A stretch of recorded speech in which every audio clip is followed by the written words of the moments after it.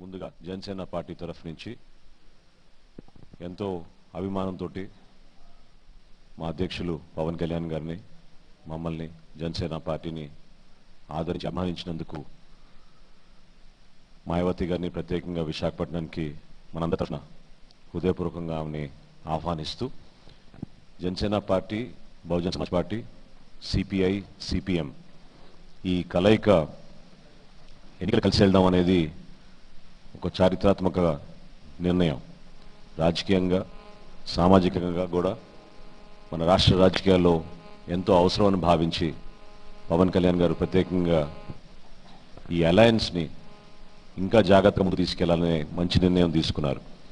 అందులో భాగంగానే డాక్టర్ బాబాసాహెబ్ అంబేద్కర్ గారి భావజాలం, కాంశీరామ్ గారి భావజాలం కేవలం ఉపన్యాసాలకే పరిమితం అవ్వకుండా వాస్తవంగా పార్టీలో మేము చేసే ప్రతి కార్యక్రమంలో కూడా ఆ భావజాలాన్ని గౌరవించి అన్ని సందర్భాల్లో కూడా ప్రజలకి మేలు చేసే విధంగా జనసేన పార్టీ ఎప్పుడు కూడా సమాజానికి నిలబడుతుంది.